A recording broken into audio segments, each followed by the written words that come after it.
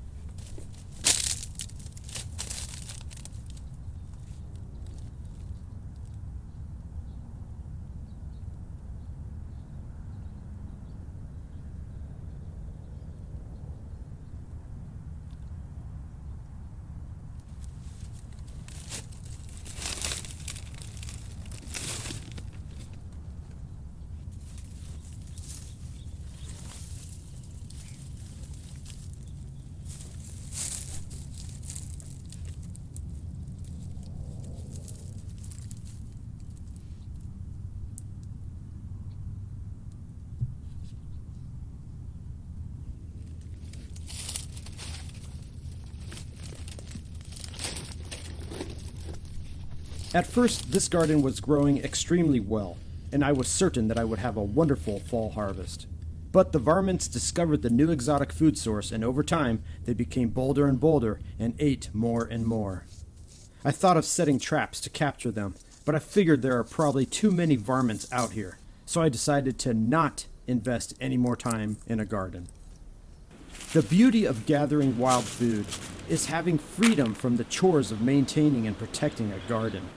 The wild oaks produce an enormous amount of food each year. So do the various fruit-bearing trees like the wild cherry and mesquite trees. The wild foods are both tasty and nutritious and require absolutely no cultivation. A forager who knows the wild foods in an area is more free than the farmer tending to his crops all year.